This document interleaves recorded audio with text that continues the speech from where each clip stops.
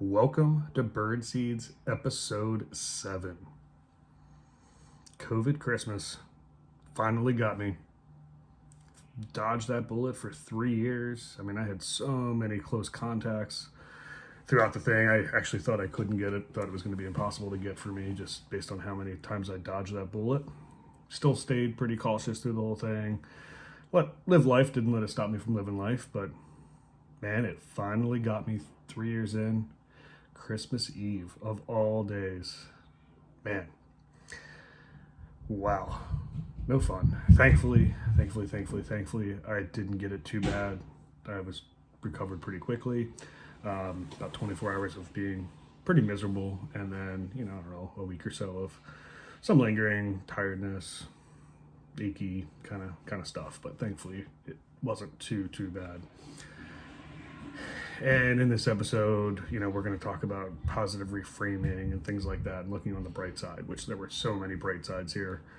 But before we do that, it just seems like the right opportunity to talk about COVID, because what a crazy almost 3 years it's been. This thing hit March 2020. We had no idea what to expect. We had no idea how bad it actually was. The early reports, it was terrifying. 2 weeks to slow the spread. We all know what happened there, and just how everybody individually did the best they could with the information that they had and made the decisions that they could make. Some people took it super serious. I took it very serious in the first, 6 months or so, year or so. I don't even know how long it was. Took it very, very serious. My mom is pretty high risk, so made sure to protect her. I know a lot of other people that didn't take it serious from day one, and we did the best we could individually do with the information we had. We had to make our own choices, and that is what it is. But man, I just have to say that the lack of information that's been provided, clear, concise information from powers that be, government, it's disappointing. I didn't get the most recent booster, and that's just because I don't feel like they've told us the truth from Jump Street on this thing, about the vaccines, about anything. So, anytime I'm put in a situation that I don't feel like I have the proper information and the proper time to digest and make a decision, my answer is always no. You put me in that high pressure sales position, you're not going to get the sale. My answer is no. I'd rather lose an opportunity than get taken advantage of. That's just my nature. It's the way I've always been. And I didn't feel like I had the information. And I still don't feel like I have the information. Do I regret it? I don't know. It's hard to say. It wasn't that bad. I certainly regret the timing of it. Christmas Eve was pretty poor timing. We had to cancel our plans. We were hosting. Had a $100 piece of meat defrosted. And obviously we weren't going to host with that. So, that was unfortunate. That was disappointing, no doubt. It wasn't as bad as I thought it could have been, thankfully. Whether that's because I was vaccinated, and got one booster and all that. Maybe. Different variants, I don't know. I just don't know. But when it came time to make that decision, I just felt like we were being played. We were not being told information that we should have been told. Don't wear a mask, they don't work, they save lives. Just give me the information, let me make my own decisions. Scariest words ever muttered were, I'm here from the government and I'm here to help. So that's just the sort of the way I took it. And I just think it's worth taking a second to stop and just say, man, what a crazy couple years. And we all did the best we could do with what we had. That's at the end of the day. That's all we can do. We make our decisions based on the information provided and our own beliefs in that information, and we go the best we can. And we do the best we can. And so commend everybody out there for doing everything they can. But let's talk the positives.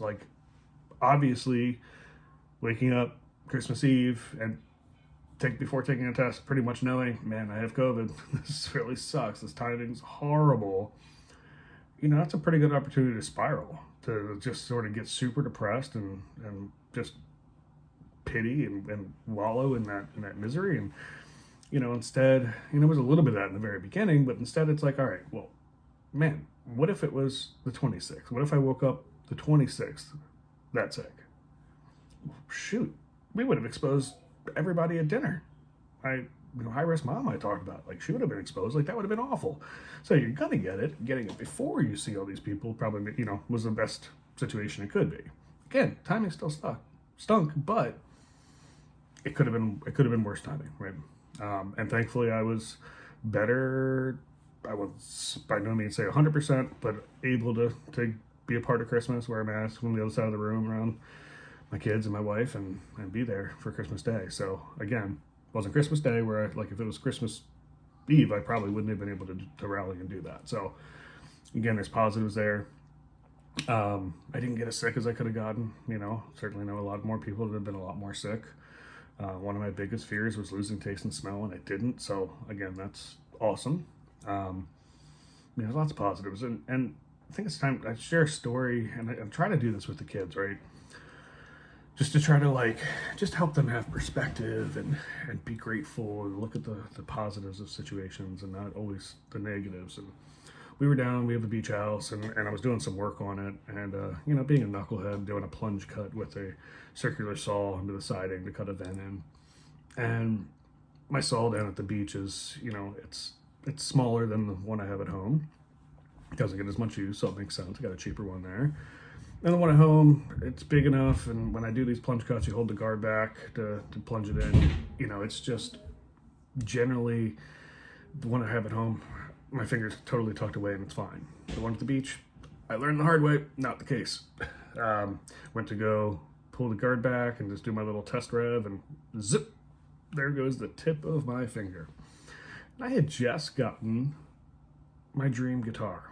It's a Martin D35 Seth Avett custom. Avett Brothers are our favorite band. It's his custom model. I've been searching for this guitar. They discontinued it. Search and finally found it. It's my dream guitar. I only played it for a few weeks, and now I just lost the tip of my finger on my fingering hand.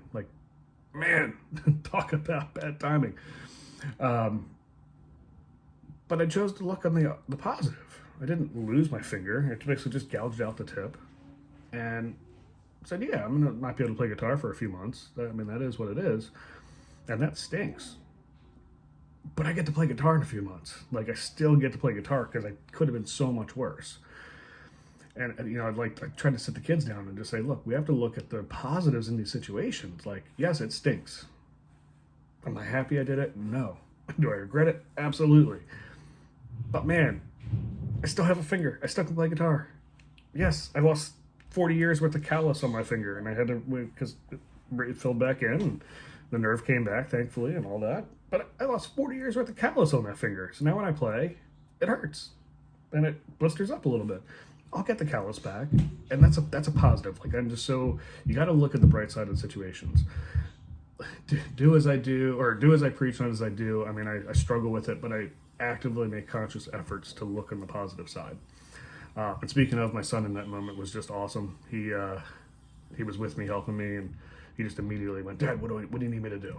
There was no scream, freak out, couldn't make the situation work. He just went, this is serious. I need to get in action. What do you need me to do? Open the door. So anyway, things could be so much worse. Be grateful for what you do have and the opportunities that you do have, and take advantage of those things. Just, there's good in situations. Just find it, focus on that, and that's the life you're going to live. So anyway, thanks for listening. We're going to have the first episode of the new year coming next week. We're going to talk about intention setting. We're going to talk about pattern disrupts. I'm going to go on a journey in January. We're going to get into that. It's going to be a lot of fun. So thanks for listening. Birdseeds, episode 7.